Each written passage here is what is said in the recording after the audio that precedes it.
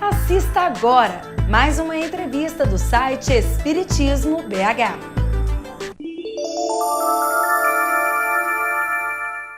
A física e os fenômenos espirituais. Hoje nós convidamos Dauro Mendes para este programa no Espiritismo BH, que vai nos auxiliar a entender muitas coisas correlacionadas com esses dois assuntos, né, Dauro? Tudo bem? Exatamente, tudo bem, né? Um abraço para todos, é um prazer estar aqui tentando contribuir e apresentar um pouco desse assunto importantíssimo, né? Dauro, vamos começar com a questão básica. O que é a física? Bom, a física é a ciência natural que estuda os fundamentos da natureza, né? A essência e a estrutura da natureza, do universo, nos seus fundamentos mais básicos e essenciais, né?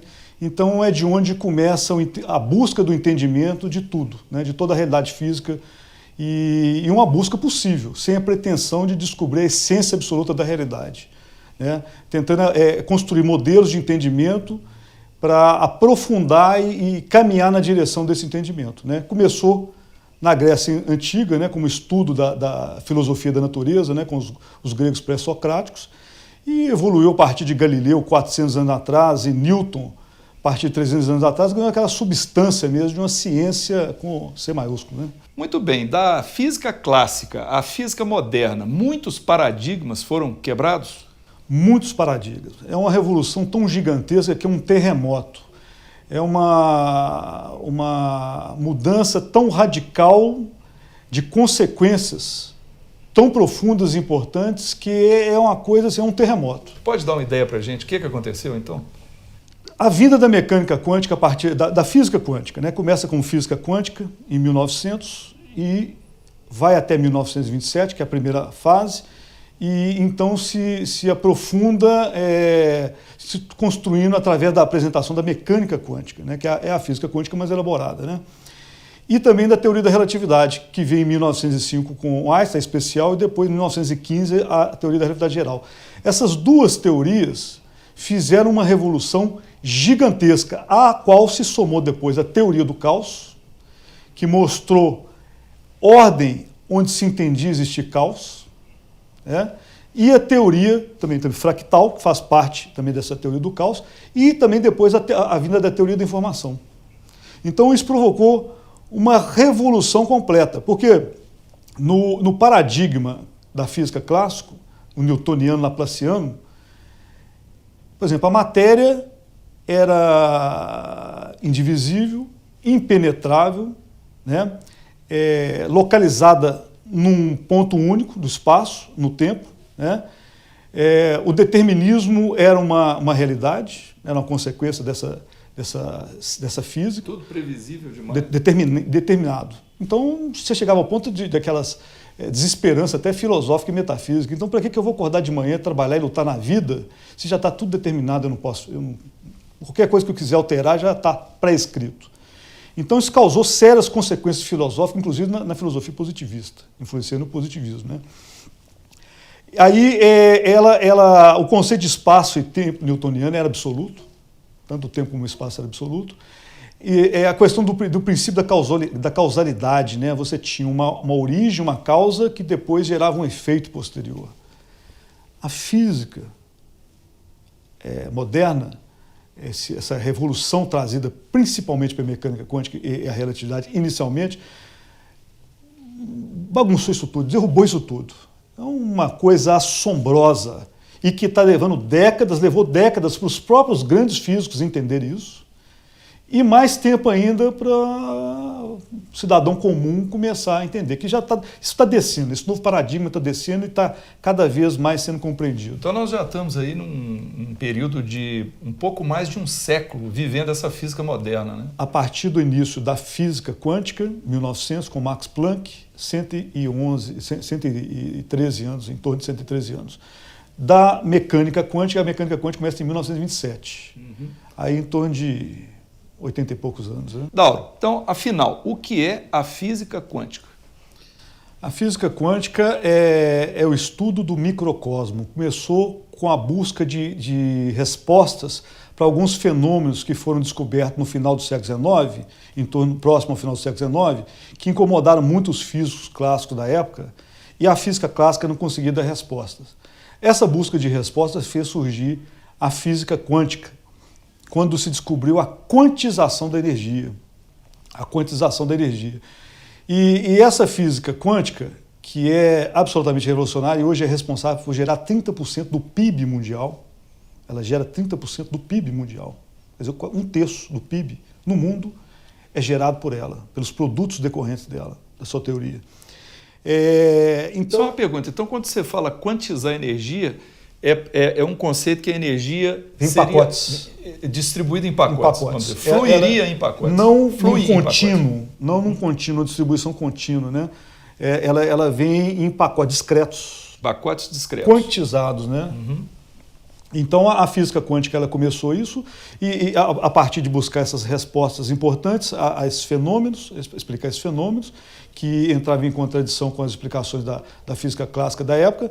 E na sua evolução ela conseguiu aprofundar no entendimento do microcosmos. Só que ela não parou aí. Se descobriu, né, que hoje é um entendimento cada vez majoritário, e grandes físicos defendem isso, que ela não tem limites. Ela se aplica ao macrocosmo, à escala grande. E o que nos impede de ver fenômenos quânticos ostensivamente no macrocosmo, na escala maior, né, do nosso cotidiano, da nossa rotina diária, são fenômenos, alguns atribuem a chamada fenômeno de descoerência e outros fenômenos quânticos que eu atribuo isso a essa lei maior, que envolve descoerência e outros tipos de fenômenos que apaziguam os fenômenos para que a gente, no nosso campo de ação, a gente lide com o fenômeno de forma mais calma, mais clássica. Acalme os fenômenos para a gente poder analisar uma coisa mais... Ou seja, nós estamos num meio mais... sereno, mas eu digo assim, mais cartesiano, nessa escala, que é uma ilusão. Relativista. É um efeito ilusório. Posso dizer que seria relativista? A relatividade, ela se aplica mais à grande escala, né? Por exemplo, a questão de galáxias, do tecido espaço-tempo, escalas maiores, né? Ela se aplica. A grande maioria dos físicos, dos grandes físicos, atribuem que na tentativa de unir numa teoria única a mecânica quântica com a relatividade, quem vai ter que ser mexida é a relatividade. Então, seria nesse entendimento, a relatividade seria uma expressão especial, uma expressão limitada de uma coisa maior, onde tem como fundamento a mecânica quântica, ou quem sabe algo muito maior e mais interessante que a própria mecânica quântica. Dauro, quais então as diferenças do modelo atômico clássico para o modelo atômico quântico? Bom, basicamente, o modelo clássico começa, né, como tipo uma esfera, né, uma região única, né, formando aquele elemento ali num volume, um determinado volume, evolui depois para um modelo que faz uma analogia tipo com um pudim de ameixa, né, onde teria a carga positiva distribuída numa determinada região, um determinado volume, e incrustado no meio desse volume você teria, como se fosse ameixas num pudim de ameixa, os elétrons. Teria carga negativa. Depois evolui para um modelo de sistema planetário, né, como se fosse o Sol rodeado por planetas. O Sol seria um núcleo atômico e os planetinhas girando em volta seriam os elétrons, né?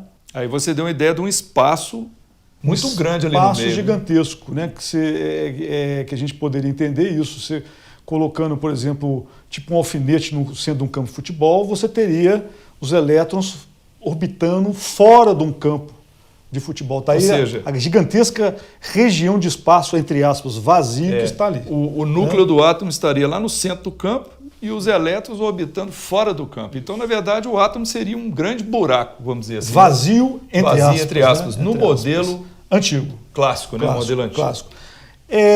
O modelo apresentado depois pela mecânica quântica, né, ele já traz a questão seguinte, que o átomo, na verdade, seria uma nuvem de possibilidades, uma nuvem de potencialidades, né, onde, ao se colapsar essas possibilidades, o átomo surgiria, as partículas surgiriam como lampejos de existência, breves lampejos de existência, de acordo com determinados fenômenos, né, entre aspas, de observação, medição e interação com a realidade externa, que provocaria o estado de definição objetiva dessa realidade, que se apresentaria como átomo. mas ele aparece mais como lampejos de existência, né? No estado colapsado. Quando ele não está colapsado, real, como uma entidade objetiva, definida no nosso universo, nosso tecido espaço-tempo, né? Aí, quando ele não está assim, ele está em superposição de estado, né? Ele tem uma outra forma de existência. Ele está em Ou outro seja, estado então a de gente vê realidade. aí que no modelo quântico o átomo não tem mais assim uma forma, um espaço definido. Ele é uma possibilidade de existência num determinado momento, numa determinada condição. Que se colapsa, ou seja, se apresenta no nosso universo físico, né, no estado, numa forma definida, após se colapsar essa nuvem de possibilidades, né? Então, partindo desse pressuposto, a própria matéria, que é um aglomerado de átomos, ela deixa de ter aquela configuração clássica também. Na verdade, o Emmanuel define muito bem isso no prefácio do livro Nos Domínios da Mediunidade, onde ele fala que químicos, físicos, geômetras e matemáticos, e outras coisas mais que eu não vou alongar, são hoje como sacerdotes do espírito, sem o desejarem, né? Porque eles estão se desmaterializando a matéria. A matéria está virando um fantasma, né? Ela tem duas formas de existência, como diz o Werner Heisenberg, prêmio Nobel de Física, um dos principais pais da mecânica quântica.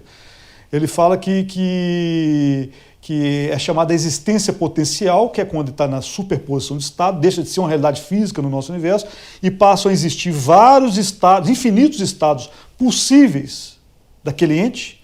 Ele coexiste em infinitos estados possíveis, e quando você faz uma observação em cima dessa superposição, um dos estados, um dos infinitos estados, colapsa e se apresenta para a gente como realidade física objetiva, definida. Aí como existência real do nosso ponto de vista. Que é o que a gente observa. Isso é assombroso, é o que a gente observa. Então, quando a gente fala, por exemplo, matéria e energia, partícula ou onda, nesse universo quântico, isso tem distinção?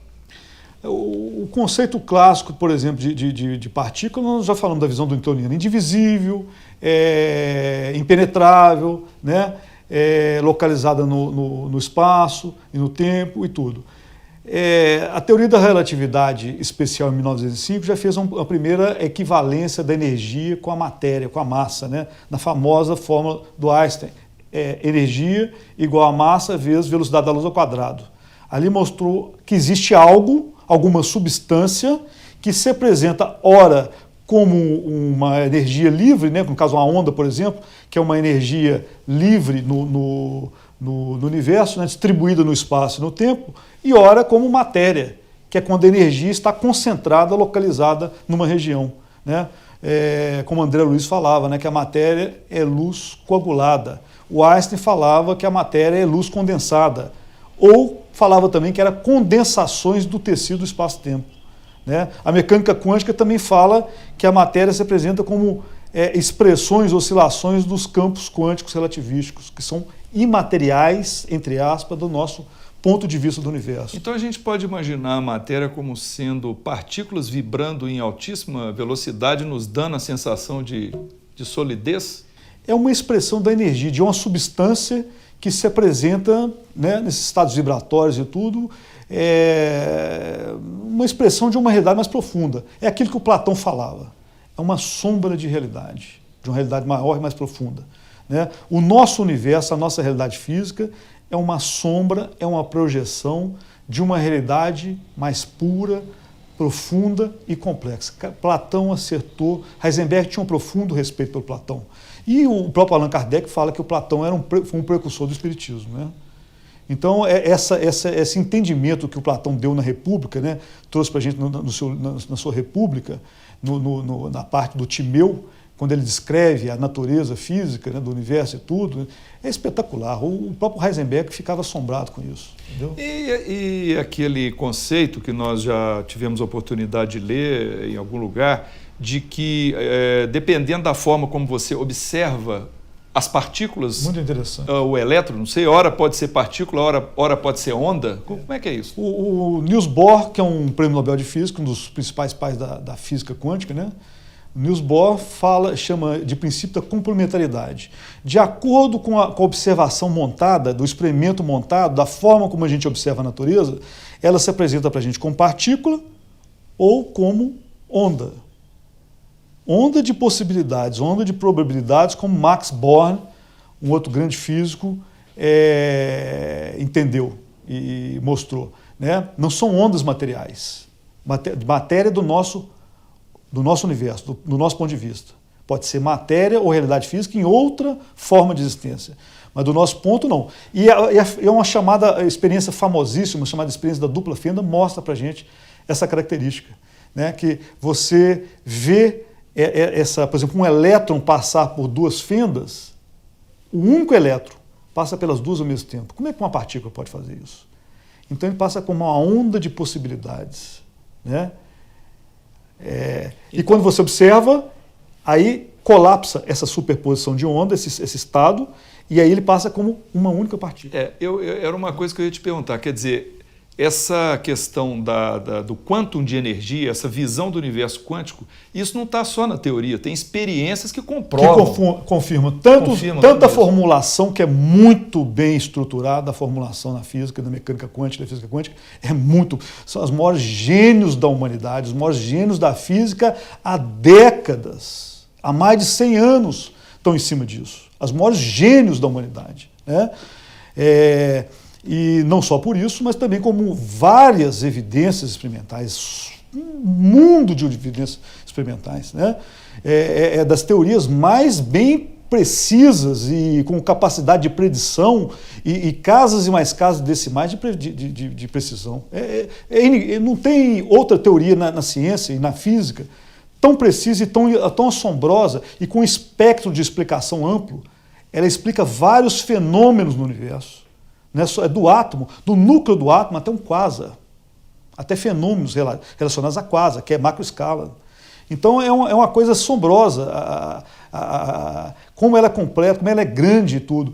E é interessante que você colocou, o seguinte, esse conceito do princípio da complementaridade, onda e partícula, mostra o que a física mostrou, que o senso comum é inadequado para entender a realidade física.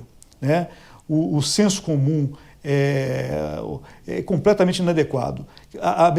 Essa física mais avançada ela é entendida através de alto formalismo matemático e físico e através de altos experimentos sofisticadíssimos, entendeu?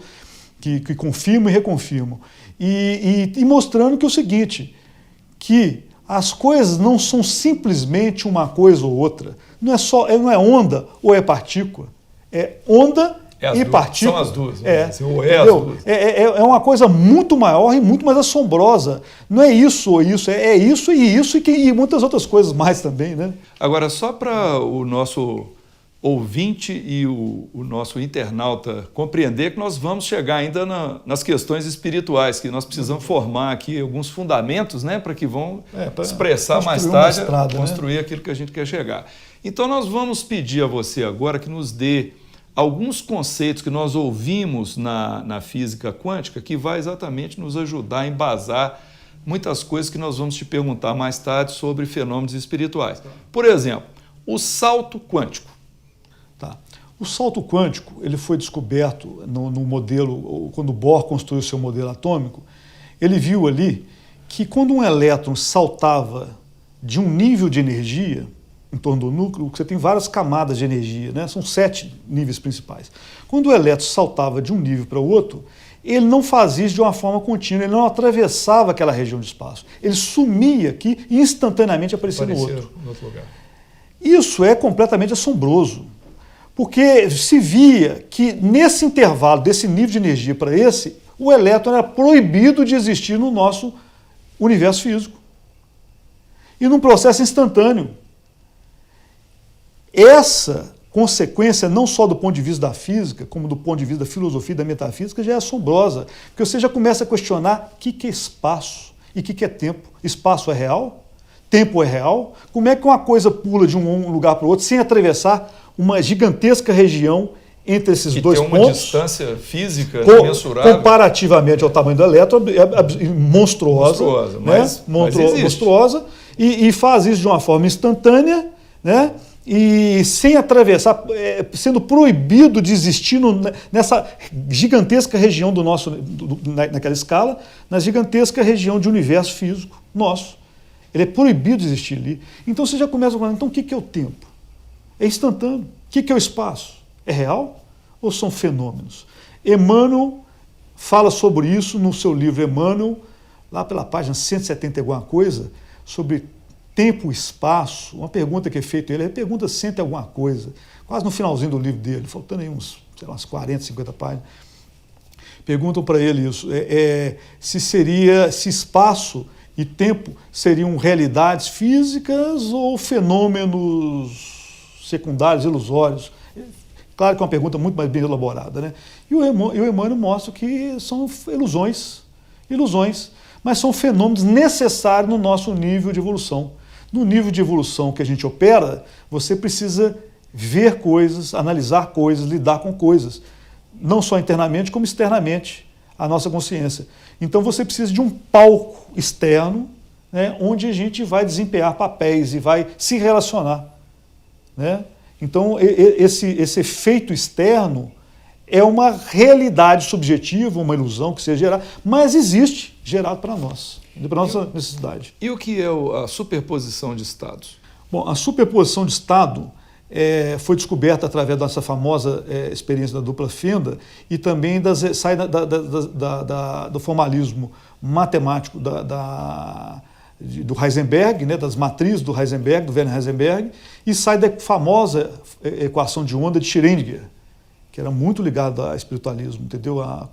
Principalmente a filosofia oriental, né, do hinduísmo, o budismo e tal.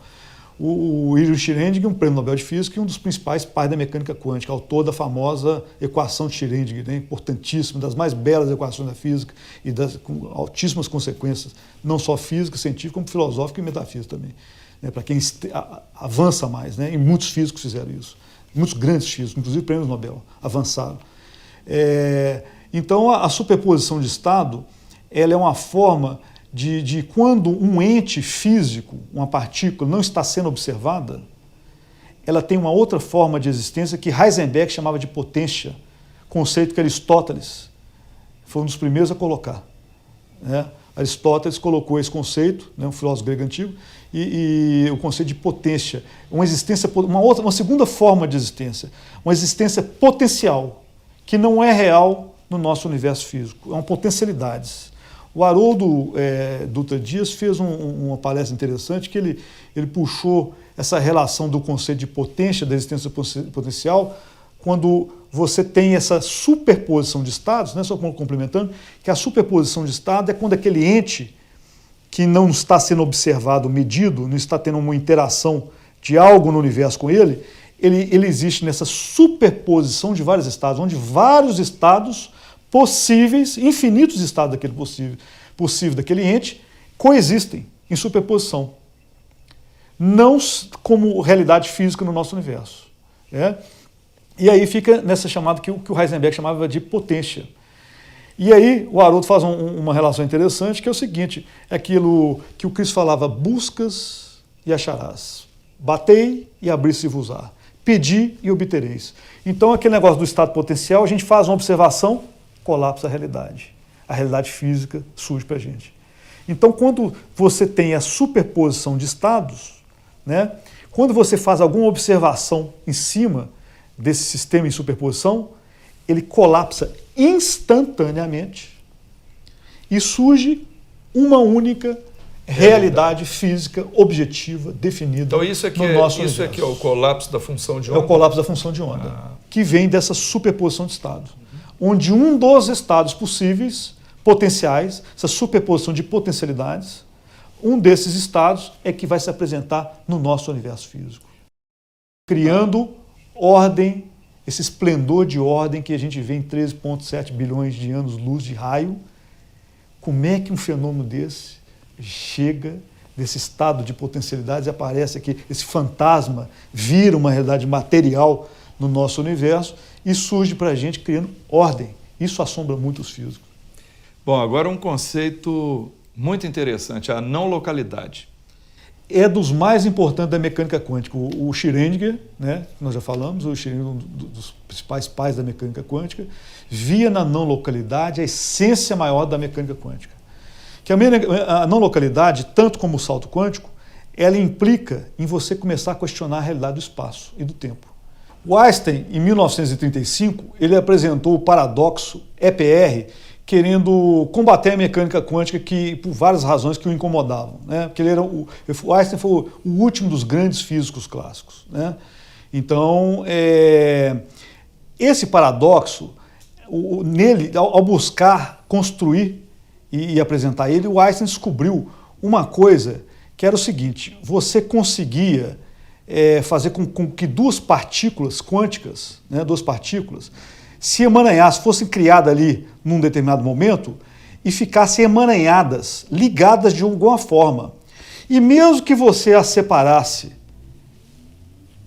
em distâncias absurdas, poderia pegar uma e levar para os confins do universo, quando você fizesse qualquer observação, qualquer perturbação, qualquer medição, qualquer coisa nessa aqui, a outra instantaneamente reagia. Instantaneamente. Instantaneamente, né? Então, isso foi colocado como não localidade, porque isso viola o princípio da causalidade, que diz que para um fenômeno influenciar o outro, você precisa de um tempo, para dar tempo de propagar, a causa se propagar, gerando um efeito e gerar o efeito, né? Na não localidade, e o entendimento hoje que o nosso universo é não local, todo o entendimento da mecânica quântica, tanto do ponto de vista teórico como experimental, caminha sempre fundamentando nessa direção, entendeu? Então que o nosso universo é não local e a localidade é um caso especial, um caso localizado do nosso espaço-tempo, né, em escala, principalmente em escalas maiores, escala macro, né? Então, mas aí, na essência, tudo indica que o nosso universo é não local. E isso implica em instantaneidade de relações. Ou seja, o que acontece aqui acontece simultaneamente. Quando o sistema forma um sistema único, emaranhado, né, o que você faz aqui, nessa partícula, por exemplo, a outra instantaneamente reage instantaneamente. Isso está fundamentando a questão da computação quântica, da criptografia quântica. Então já tem, inclusive, efeitos práticos que estão caminhando, usando esses efeitos. Então isso não é uma divagação filosófica teoria, né? E nem teoria. Né? Uhum. E a arquitetura espaço-tempo? Bom, a arquitetura do espaço-tempo já é uma coisa ligada mais à escala macro, né? Então aí já entra a teoria da relatividade geral, né? A gente vê da equação geral do Einstein, né? Num membro da equação você vê a geometria do tecido do espaço-tempo. Do outro lado, a energia, a relação da energia com a matéria, né? Matéria e energia. Então você é o seguinte: de acordo com a geometria do espaço, a matéria, energia, se comporta de uma forma. Mas a matéria e energia provocam uma determinada configuração na geometria do tecido espaço-tempo. Então, a teoria da relatividade mostrou para a gente que o espaço não é uma abstração. O espaço é algo, é uma substância invisível, mas é algo, né? E ele se deforma de acordo com a energia, de acordo com a massa. Ela provoca deformações nessa essência, nessa substância que a gente chama de tecido de espaço-tempo, né? O contínuo espaço-tempo. Fala um pouco agora sobre essa questão dos universos paralelos. Isso é das coisas mais fantásticas que a física tem se debruçado. No final do século XIX, por causa de mistificações em torno de fenômenos mediúnicos relacionados com a ectoplasmia e materialização de espíritos, a física se afastou do estudo do imponderável, do estudo do invisível. Alguns físicos, nas décadas seguintes, continuaram, e físicos e matemáticos, estudando sobre a questão de possível existência de outras dimensões, possível existência de outros planos de realidade, de universos paralelos, né? Grandes físicos levaram isso a Einstein. O próprio Einstein via nas equações dele, né, na questão de possível existência de universos paralelos, né, na saída de um buraco negro, né, que seria um buraco branco. Então, mas o Einstein não queria acreditar nisso naquela época, né, nas primeiras décadas do século XX. Mas na década de 70, com o avanço da física, da mecânica quântica, depois da teoria supercorda, da teoria inflacionária, que explica com a cosmologia quântica, né, que envolve a mecânica quântica para explicar questões cosmológicas, né, a origem do universo, né, na questão também de teorias de simetrias, tanto da matemática e da física, o assunto de realidades paralelas voltou com muita força. E cada vez mais muito bem fundamentado, mais fundamentado do ponto de vista teórico, tanto é que ele sai das principais teorias da física, elas têm como consequência a existência possível de universo paralelo, né? E da mecânica quântica, da teoria da relatividade, da teoria de supercordas, da teoria inflacionária, todas são das mais importantes teorias da física. E todas têm como consequência a possível existência de universo paralelo, né? E hoje já existem algumas evidências experimentais dessa possível realidade. Por que isso é importante para nós espíritas que estão buscando entender e buscar fundamentos para as grandes questões da existência? Primeiro, falar de realidades paralelas, de outras formas de existência, de outros níveis de realidade, antes era assunto de filosofia, metafísica e de religião.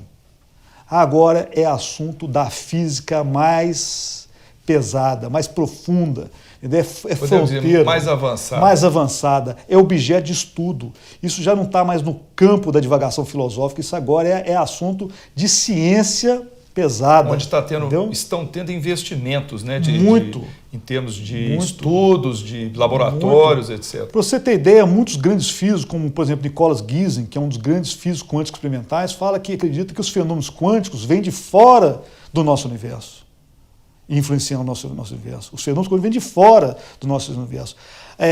O grande entendimento hoje também é que o nosso universo todo ele surgiu, foi criado pelo vácuo quântico e é gerado e sustentado o tempo todo, as partículas quânticas, entendeu? Os fenômenos.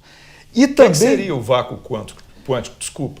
O vácuo quântico, com essa ideia começa a surgir a partir da década de 40, que ela surge tanto da teoria importante da mecânica quântica, que é a eletrodinâmica quântica, ela traz como consequência esse surgimento de energias, de partículas virtuais, que surgem, entre aspas, do nada, vindo do nada, não é criado no nosso universo, vem de fora. E é um oceano de energia virtual, partículas virtuais, que você vê o efeito delas. Você não as vê diretamente, você vê o efeito delas. É um fervilhar que sustenta nossa base de realidade. Por exemplo, energia escura, matéria escura, estaria por aí? Não. Energia escura e matéria escura é outro fenômeno. Não tem nada a ver com vácuo quântico. Tá bom. Eu acredito que o vácuo quântico as origina. Tanto a energia escura como a matéria escura são também criadas na sua essência primeira, partindo do vácuo quântico. E muitos grandes físicos já sendo construída uma corrente majoritária, já é tido como alguns já falam, grandes físicos já falam que inclusive é uma corrente majoritária na física, que o nosso universo veio de uma realidade maior e mais profunda, certamente existindo desde a eternidade, né? Que uns chamam de multiverso. Martin Rees, um grande cosmólogo, deu o nome de multiverso, onde o nosso universo é um elemento desse conjunto de universos, chamado de multiverso, uma realidade maior. O Michio Kaku, outro grande físico, chama de hiperespaço. E o Alex Filippenko, um descobridor, um dos grandes astrônomos que ajudou a provar a existência de buracos negros experimentalmente, chama de massa com M maiúsculo. Entendeu? Então, nosso universo seria uma bolha flutuando nesse conjunto maior, que é o multiverso, entendeu? Que dá origem ao nosso universo. Olha que ponto nós chegamos. Olha o que esses homens estão trazendo para a gente. Olha, eu aposto que tem internauta ansioso para a gente chegar na parte dos fenômenos. Então, vamos falar, com base nesses novos conhecimentos e princípios, como é que a física moderna, com tudo isso que você já nos esclareceu, né, que simplificadamente, como é que nós vamos explicar mecanismos como fluido universal, plano espiritual, volitação, o mecanismo da propagação da prece, os milagres de Jesus, essas experiências quase morte? Então eu fiz uma relação aqui, vou voltar uma a uma, só para a gente ter uma noção do que a gente quer te perguntar. Vamos começar então com a noção do fluido universal. Tá. Primeiro eu quero ressaltar aqui que nós estamos usando a física, primeiro que a física nos traz modelos. Ela não nos traz o entendimento da realidade absoluta. Ela nos dá modelos para a gente aproximar do entendimento do que seja a realidade possível, né? Então nós estamos usando aqui essa ciência como ferramenta para a gente tentar fazer uma especulação, né, uma especulação, uma analogia, um entendimento. Nós não queremos aqui afirmar que o mundo espiritual, ou a realidade espiritual, funcione da forma como a física hoje nos permite entender, né? Mas como a gente tem isso, então a gente está usando essas ferramentas como possibilidade, né? E não como certezas. Então você perguntou, fluido cósmico universal. No Livro dos Espíritos, a gente vê, e outros livros do Emmanuel e livro do André Luiz, a gente vê que eles nos fazem entender que o fluido cósmico universal é a essência primeira, a substância primeira, né, o hálito divino, através do qual o pensamento divino faz surgir expressões físicas de realidade, né, que se transformam, por exemplo, como o eletromagnetismo, quem sabe como energia escura, como matéria escura, como campo de Higgs, como matéria, né, como N coisas que existem, né? Seriam interessante que a física, ela desde de Newton, ela tem caminhado para uma unificação, mostrando possivelmente que tudo, na verdade, é uma coisa única que se apresenta de forma diferente. Olha como é que faz uma relação interessante com o fluido cósmico. Uma coisa única, unicidade, unicidade e totalidade. Que dessa unicidade surge a diversidade e a variedade, do uno. O que os filósofos gregos pré-socráticos já falavam, do uno, né? O uno de onde surge a diversidade e a variedade. Então a gente vê as expressões de tudo que existe, né, dessas substâncias, energia que o universo seriam transformações, variações do fluido cósmico universal. Na física, o que eu vejo mais se aproximar desse entendimento do fluido cósmico universal é o vácuo quântico, de onde surgiu, possivelmente, inclusive, o nosso universo. Como você todo o universo. Dizer, né? Então, essa essência coordenada por leis que a mecânica quântica nos mostra, pré-existentes ao nosso universo, porque a física mostra para a gente que as leis da física pré-existiam ao nosso universo. Elas não surgiram depois do nosso universo. O nosso universo foi criado, baseado e fundamentado e estruturado por elas, que pré-existiam. Então, esse fenômeno que a gente entende hoje como vácuo quântico, quer dizer, algo fazendo surgir de uma realidade mais profunda, de um algo mais profundo, expressões fenomênicas na nossa realidade física, que a gente entende como nossa natureza, nosso mundo físico, nossa realidade física, né? Então, essa realidade mais profunda talvez seja o que mais se aproxima para a gente entender, fazer uma relação, uma analogia, para a gente, né, dentro do que a gente pode, tentar fazer um paralelo aí com o fluido cósmico universal. E a volitação? Essa capacidade do espírito se deslocar de um ponto para outro rapidamente, como diz o Emmanuel ou o André Luiz, pelo pensamento, né? Pelo pensamento. E isso dá muita controvérsia. Por exemplo, a não localidade poderia, que já está se cogitando na física, futuramente fazer o teletransporte. Já se faz com partículas, já se faz com átomo, você teletransporta. Igual aquele seriado de TV lá. Você teletransporta o átomo, entendeu? Ele sai daqui e aparece ali. Você emaranha 3 átomos, e aí você transmite, chega um aqui, emaranha um sistema único. Quando você emaranha, os 3 formam um sistema único, mesmo que um deles esteja nos confins do universo. E aí você transmite a característica desse para esse, que instantaneamente passa para o outro. Né? Então já tem isso. Então uma das formas seria possível do transporte, teletransportar futuramente, onde não vai a matéria e a energia, quem vai é a informação. E quem constrói a informação. Tudo que existe, né, você tendo aquela informação sobre aquele ente, você o reconstrói onde você estiver, tendo aqueles materiais. Né? O básico, a essência é a informação. Então, quem tem que ser teletransportado é a informação. No Livro dos Espíritos fala que os espíritos se deslocam na velocidade do pensamento. Claro que quanto mais evoluído o espírito, maior é a velocidade de processamento mental dele. Deus trabalha numa velocidade certamente infinita de processamento mental. E o universo, a sua obra, no meu entendimento, trabalha também dentro do princípio da não localidade, da questão da não localidade, da instantaneidade. Mas nós, espíritos, em evolução, talvez não temos ainda todo esse poder e essa capacidade de trabalhar com a instantaneidade do pensamento. Então, o nosso deslocar seja proporcional à nossa capacidade de pensar. Então, quanto mais evoluído o espírito, né, mais rápido ele pensa, mais tende a instantaneidade do pensamento, então mais rápido ele vai se deslocar. Né? Então são duas formas de analisar, ou pela velocidade do pensamento, ou através mesmo da instantaneidade que a não localidade nos mostra. Isso só Deus sabe. Isso poderia também explicar alguma coisa sobre bicorporeidade? O espírito muito evoluído Bilocação. ser capaz de se manifestar em dois lugares ao mesmo tempo. Isso é muito interessante. Primeiro que você vê, por exemplo, um satélite, um radar, quando monitora aviões, ele está num ponto e ele consegue emitir uma informação, que é o sinal do radar, e recolher informação. Então, ele, como na verdade ele estivesse varrendo vários lugares ao mesmo tempo, trazendo notícias de vários lugares ao mesmo tempo. Essa é uma das explicações para um espírito, por exemplo, dar notícia de vários lugares ou se projetar seu pensamento em vários lugares. Agora, mais interessante para mim é a questão que a não localidade e a superposição nos dá, a mecânica quântica. Porque a não localidade, ela traz para a gente os fundamentos da onisciência e da onipresença.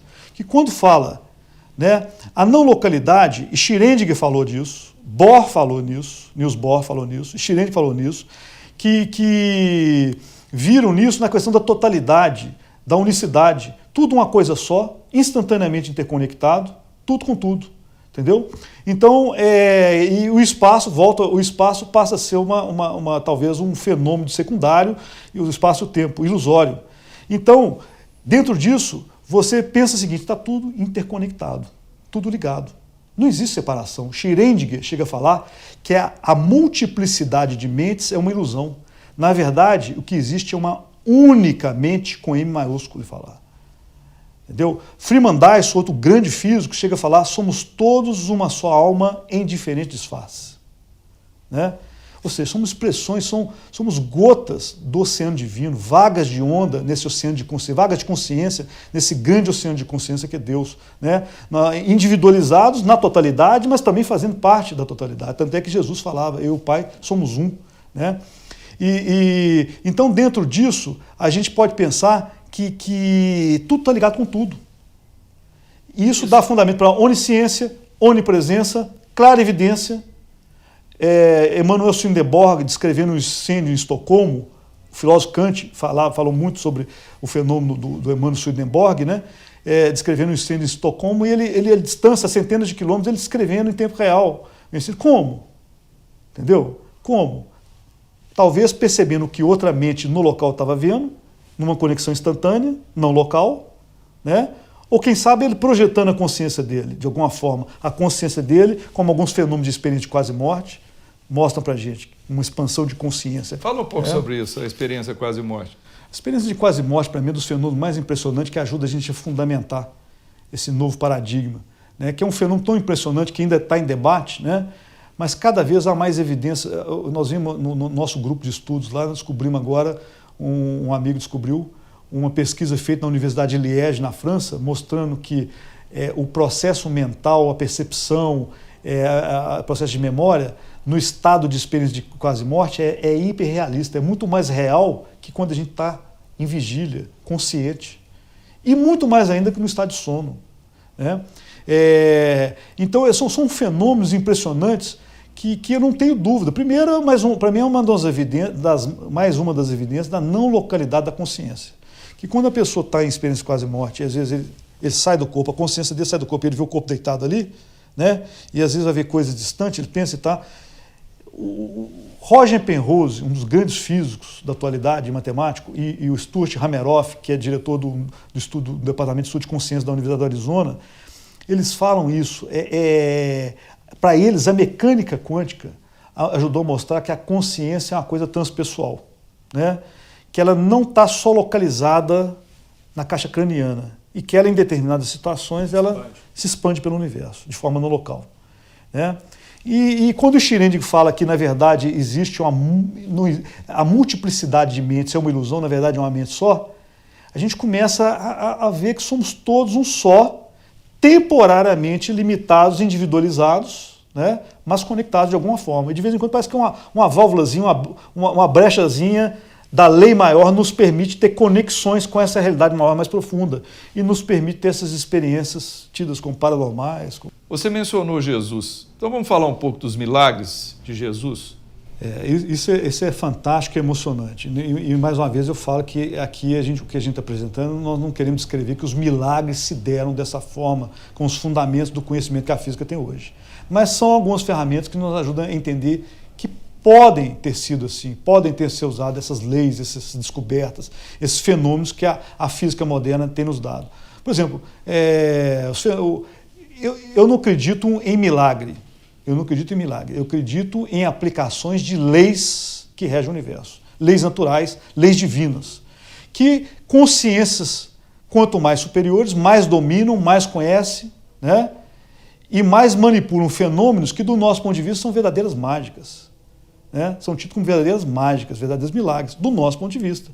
Mas nós estamos vendo a própria mecânica quântica nos mostrar fenômenos de descoberta tão assombrosos que são como se fossem, entre aspas, verdadeiros milagres.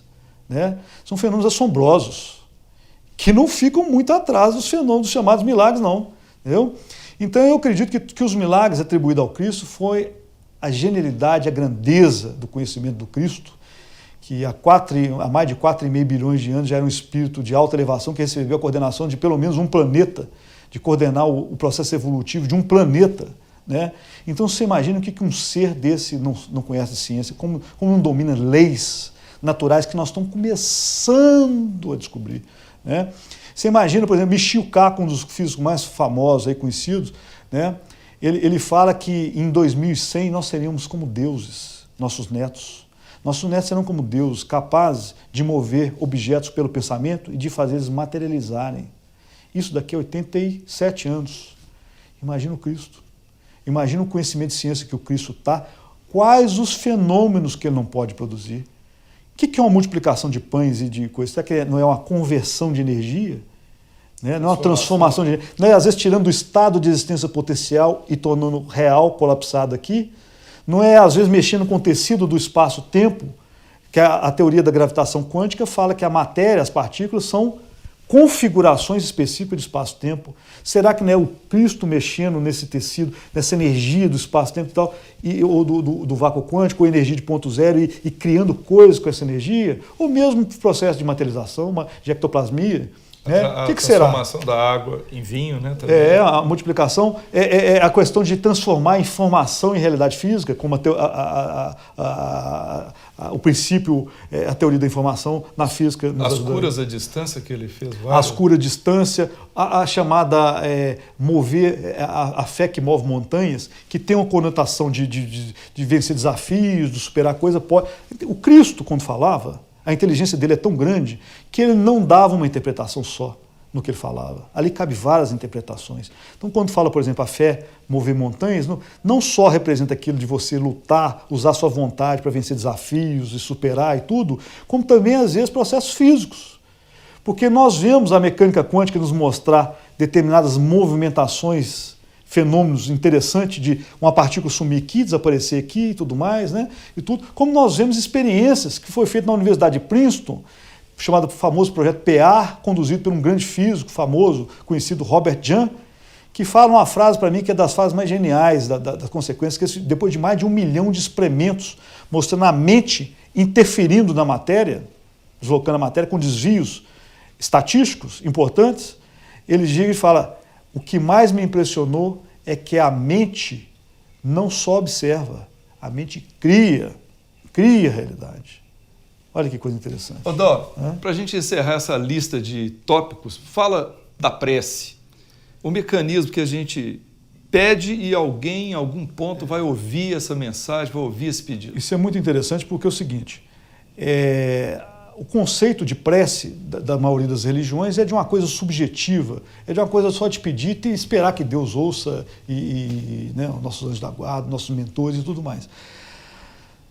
André Luiz nos mostra no livro Mecanismo da Mediunidade e em outros livros que o pensamento gera energia, uma energia real, em outro estado de realidade, mas uma energia real.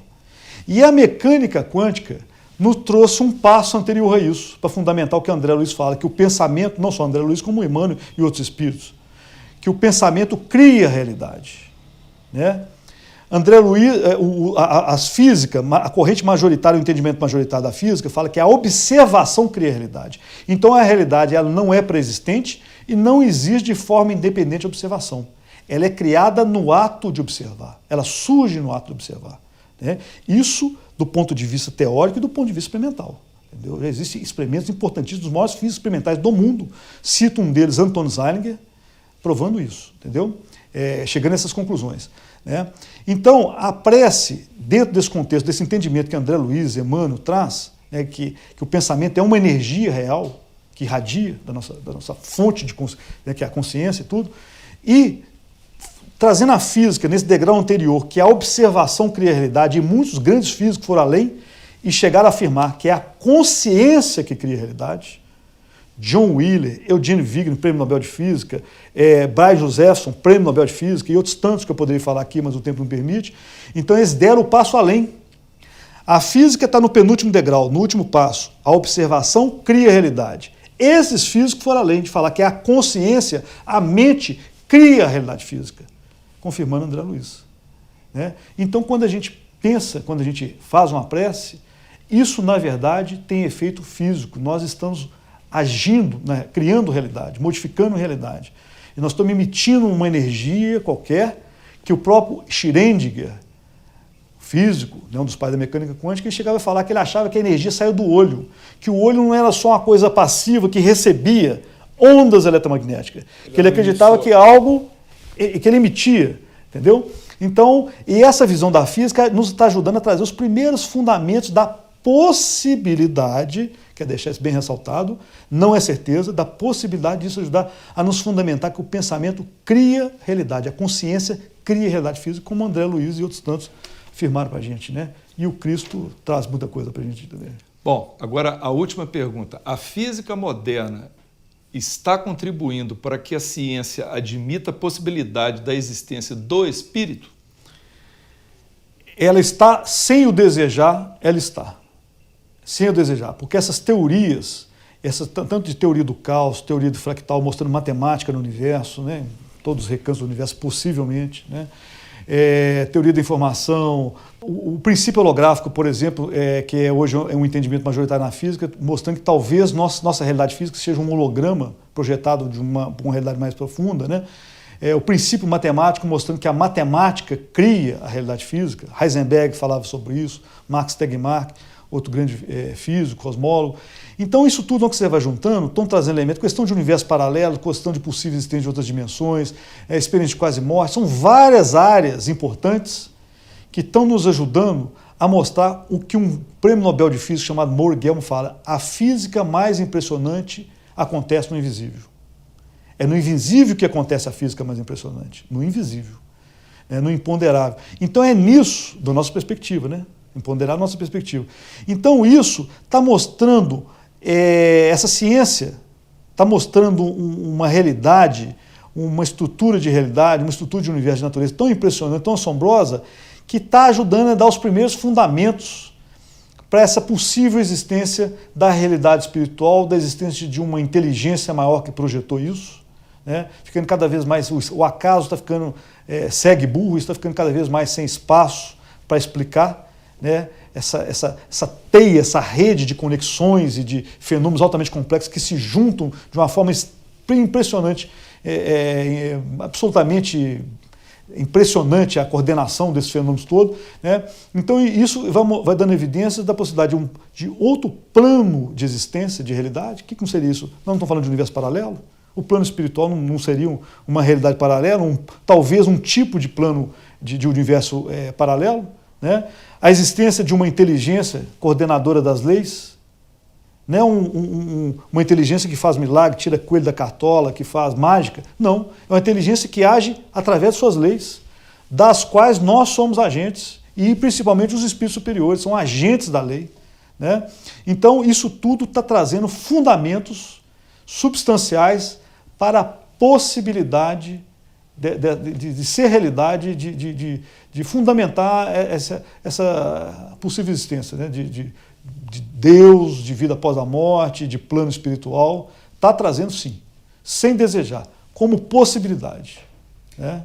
Dauro, então, no encerramento, nós gostaríamos que você ficasse à vontade para passar para os nossos internautas o endereço, como é que faz contato lá para conhecer o seu portal. Tá.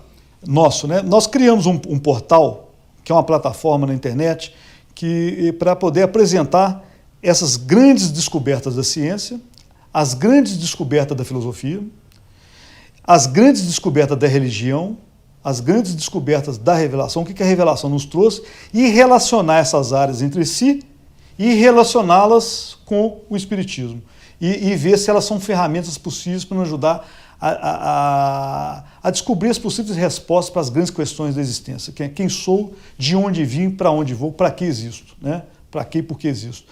E o portal se pode ser acessado no endereço que é www.portalsaber, tudo junto, portalsaber.org, né? Onde a gente tem documentários, textos, áudios, explicando vários temas, várias áreas. E nós temos também uma reunião de estudos aqui em Belo Horizonte, né? Toda sexta-feira, a partir das 8 horas, na sede do portal, que quem quiser saber o endereço e tudo, a gente só entrar em contato com a gente através do portal, nossos e-mails, que a gente passa tudo, né? Ô Dauro, então muito obrigado, viu? Eu que agradeço. Pelo seu esforço aí de esclarecer para nós uma coisa tão complicada. Pois é, eu que agradeço e teremos aí novos encontros em outras situações, né, para a gente discutir mais também, né? Se Deus quiser. Tá? Muito obrigado.